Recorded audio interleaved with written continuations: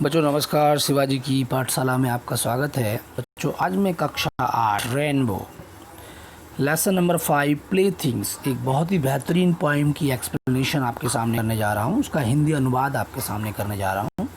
ये पोइम लिखी गई है बच्चों रविंद्रनाथ टैगोर जी के द्वारा, और ये पोइम बहुत ही अच्छी। एक बच्चा है, देख रहे हैं आप यहाँ सामने, he is playing with the mud and the sticks. यहाँ पे कुछ स्टोन्स हैं, कुछ स्टिक्स हैं, उनके साथ खेल रहा है और मग्न है, तल्लीन है अपने खेल के अंदर।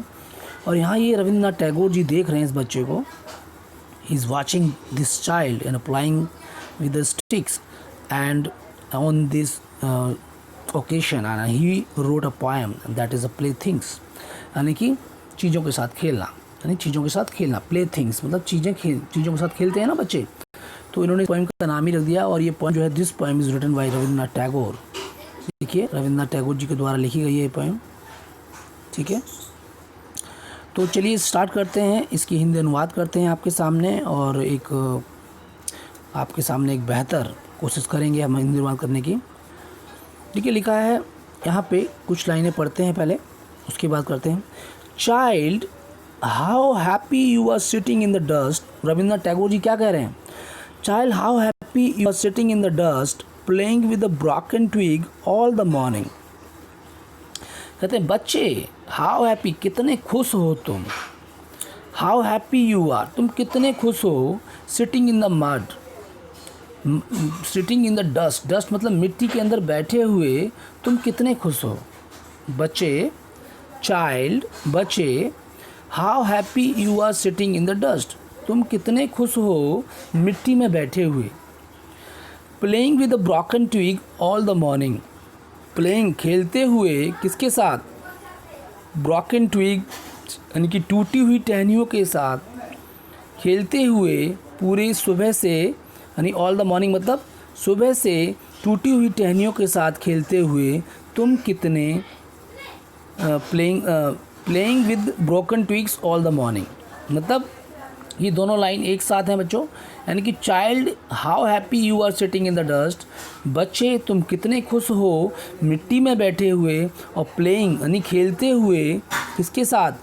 टूटी हुई टहनियों के साथ, सुबह से टूटी हुई टहनियों के साथ खेलते हुए तुम कितने खुश हो। ठीक है, टूटी हुई टहनियों यानी ब्रोकन ट्विग मतलब टूटी हुई टहनियों के साथ सुबह से खेलते हुए तुम कितने खुश हो। यहाँ ये बात हो रही है, यानी कि बच्चे के बारे में बात कर रहे हैं कि बच्चा बैठा है कहाँ? डस्ट में बैठा है, और किसके साथ खेल रहा है? टूटी हुई टहनियों के साथ खेल रहा है। देखिए यहाँ पे टूटी हुई टहनियाँ पड़ी हुई हैं, बच्चा खेल रहा है, तो वही वो विंडो पे खड़े हुए हैं रविंद्रनाथ टैगोर जी, और वही यही लाइनें कह रहे हैं कि child how happy you are sitting in the dust playing with a broken twig all the morning, यानी सुबह से बच्चा खेल रहा है, नहीं सुबह से बच्चे तुम कितने खुश हो सुबह से टूटी हुई डंडियों के साथ खेलते हुए और मिट्टी में बैठे हुए। ठीक है, क्योंकि बच्चे मिट्टी में बैठ जाते हैं। आगे देखिए, I smile at your play with that little bit of broken twig. I smile मैं खुश होता हूँ, मैं मुस्कुराता हूँ तुम्हारे खेल पर। At your play with that little bit of broken twig मतलब जो कि तुम खेलते हो किसके साथ? टूटी हुई डंडियों के साथ खेलते हो, ब्रोकन ट्विग के साथ खेलते हो, छोटी छोटी जो डंडियां हैं, बिट ऑफ ब्रोकन ट्विग मतलब लिटिल बिट, लिटिल बिट मतलब छोटी छोटी टूटी हुई, ब्रोकन ट्विग मतलब टूटी हुई डंडियों के साथ खेलते हुए तुम्हें देखते हुए मैं मुस्कुराता हूँ। आई स्माइल एट योर प्ले मैं तुम्हारे खेल पे मुस्कुराता हूँ, तुम्हें देखता हुए कि तुम छोटी छोटी डंडियों के साथ खेलते हो, टूटी हुई डंडियों के साथ खेलते हो। I am busy with my account and adding up figures by the hours. और मैं आई एम बिजी मैं बिजी हूँ मतलब मैं व्यस्त हूँ अपने लेखे जोखे में। I am busy with my account मैं अपना लेखे जोखे में बिजी हूँ। Adding up figures by the hours मतलब एडिंग मतलब जोड़ने में, लेखे जोखे को जोड़ने में, नंबरों को, संख्याओं को जोड़ने में मैं बिजी हूँ, घंटों से मैं बिजी हूँ। ठीक है, एडिंग अप फिगर्स मतलब संख्याओं को जोड़ने में, घंटों से संख्याओं को जोड़ने में मैं व्यस्त हूँ। यानी कि I am busy with my account यानी मैं अपने लेखे जोखे में बिजी हूँ। एडिंग अप लेखे जोखे में क्या कर रहे हैं वो? एडिंग अप फिगर्स मतलब संख्याओं को जोड़ने में, कब से? घंटों से। अगला देखिए बच्चों line, perhaps you glance perhaps you glance at me and think, शायद तुम मेरी तरफ देखते हो और सोचते हो। Perhaps you glance at me and think, शायद तुम मेरी तरफ देखते हो। कौन कह, रविंद्रनाथ टैगोर जी बोलते हैं, बच्चे शायद तुम मेरी तरफ देखते हो और सोचते हो, what a stupid game to spoil your morning with. Child, I have forgotten the art of being absorbed in sticks and mud pies. पर शायद तुम मेरी तरफ देखते हो और सोचते हो, व्हाट अ स्टूपिड गेम, कितना बकवास खेल है ये, अपना समय morning to spoil your morning, अपनी सुबह ख़राब करने के लिए। ठीक है, कितना बकवास गेम है ये अपनी सुबह ख़राब करने के लिए। ठीक है, चाइल्ड आई हैव फॉरगॉटन, अब क्या कहते हैं रविंद्रनाथ टैगोर जी, चाइल्ड मैं भूल चुका हूँ, आई हैव फॉरगॉटन मैं भूल चुका हूँ, the art of being absorbed in the sticks, मतलब आर्ट मतलब कला, बीइंग एब्जॉर्ब मतलब तल्लीन होना, किसके अंदर, स्टिक्स यानी कि लकड़ियों, और मड पाइज मतलब मिट्टी के ढेरों में या मिट्टियों के ढेलों में तल्लीन होने की कला, और जो आर्ट है, कला को मैं भूल चुका हूँ। आई have forgotten the art of being absorb, मैं भूल चुका हूँ तल्लीन होने की कला, किसमें, स्टिक्स में और डंडियों में और मड पाइज में, यानी कि मिट्टी के ढेलों में तल्लीन होने की कला मैं भूल चुका हूँ, ये कहते हैं रविंद्रनाथ टैगोर जी। ठीक है, आई seek out costly play things, मैं ढूंढता हूँ, आई सीक आउट मतलब मैं ढूंढता हूँ, कॉस्टली प्ले थिंग्स यानी कि महंगी खेलने वाली वस्तुएं, प्ले थिंग्स मतलब खेलने वाली वस्तुओं को मैं ढूंढता हूँ, and gather lumps of gold and silver, और मैं इकट्ठा करता हूँ क्या, गोल्ड एंड सिल्वर यानी कि सोना और चांदी के ढेरों को मैं इकट्ठा करता हूँ।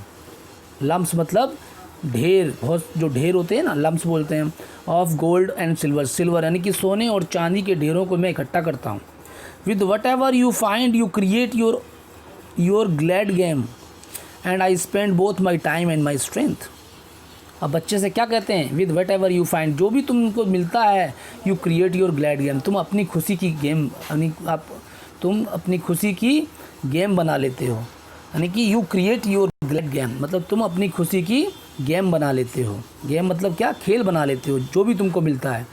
I spend both my time and my strength over things I never can obtain, और मैं क्या करता हूँ, मैं अपना समय, आई स्पेंड बोथ यानी मैं दोनों, मैं स्पेंड कर देता हूँ।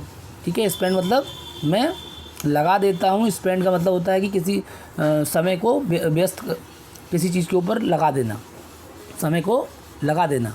तो आई स्पेंड बोथ यानी मैं स्पेंड करता हूँ, बोथ क्या, दोनों, बोथ मतलब दोनों, क्या क्या, अपना समय, my time and my strength यानी कि मैं अपनी स्ट्रेंथ यानी अपनी शक्ति किसके ऊपर, ओवर थिंग्स चीज़ों के ऊपर, आई नेवर कैन ऑब्टेन जो मैं कभी पा नहीं सकता, उन चीज़ों के ऊपर मैं अपना समय और अपनी शक्ति लगा देता हूँ। ठीक है, आई स्पेंड कर देता हूँ। In my frail canoe I struggle to cross the sea of desire, मैं अपनी कमज़ोर नाव में, फ्रेल कैनो मतलब एक छोटी सी नाव में क्या करता हूँ, I struggle to cross the sea of desire, मैं संघर्ष करता हूँ क्रॉस करने की, क्रॉस मतलब पार करने की, द सी ऑफ डिजायर इच्छाओं के समुद्र को पार करने की मैं कोशिश करता हूँ, मैं संघर्ष करता हूँ, किसमें, इन my frail canoe, in my frail canoe मतलब अपनी छोटी सी नाव में, यानी कमज़ोर नाव, छोटी नाव में, फ्रेल कैनो। ठीक है, कमज़ोर नाव में बच्चों, फ्रेल का मतलब होता है कमज़ोर। And forget that I too am playing a game, और मैं भूलता हूँ, एंड फॉरगेट और मैं भूल जाता हूँ, that I am too and I too am playing a game कि मैं भी एक गेम ही खेल रहा हूँ, मैं भी एक खेल ही खेल रहा हूँ, ये मैं भूल जाता हूँ। तो बच्चों ये थी रविंद्रनाथ टैगोर की बहुत खूबसूरत सी पोएम जो कि उन्होंने एक बच्चे को देखते हुए खिड़की से लिखी। तो ये था इस पूरी पोएम का हिंदी अनुवाद। अब कुछ डिफ़िकल्ट वर्ड्स हैं बच्चों, ये देख लीजिए आप। यहाँ पे देखिए ट्वीक का मतलब मैंने आपको बताया था, ट्वीक मतलब होती है टहनियाँ, टूटी हुई टहनियाँ। अकाउंट्स मैंने बताया लेखा जोखा जो कि होता है। इसके अलावा ग्लांस, ग्लांस मतलब नज़र डालना, बच्चे ने नज़र डाली थी। एब्जॉर्ब मतलब तल्लीन हो जाना किसी चीज़ में, बुरी तरीके से मिल जाना। लम्प्स मतलब होते हैं ढेले। और स्ट्रेंथ मतलब होता है बच्चों बल, शक्ति। और फ्रेल का मतलब होता है कमज़ोर नाव जो थी। डिज़ायर का मतलब होता है इच्छा करना, क्योंकि उनकी भी इच्छा थी किसकी, रविंद्रनाथ टैगोर की। वो क्या करते थे, वो अपनी की कमज़ोर नाव के अंदर वो स्ट्रगल कर रहे थे सी ऑफ डिज़ायर को क्रॉस करने की। कैनो मतलब मैंने बता दिया आपको, लंबी हल्की नाव जो होती है, that is called the canoe. ठीक है, these are the difficult words from this chapter. बच्चों इसको देखिएगा, ये डिफ़िकल्ट वर्ड्स हैं, इनको ध्यान से समझिएगा। और इसके अलावा मैंने आपको पूरा का पूरा हिंदी अनुवाद करवा दिया है, इसके डिफ़िकल्ट वर्ड्स भी मैंने बीच बीच में आपको समझा दिए हैं। ठीक है, तो इसको बड़े ध्यान से इसको समझना है और याद करना है।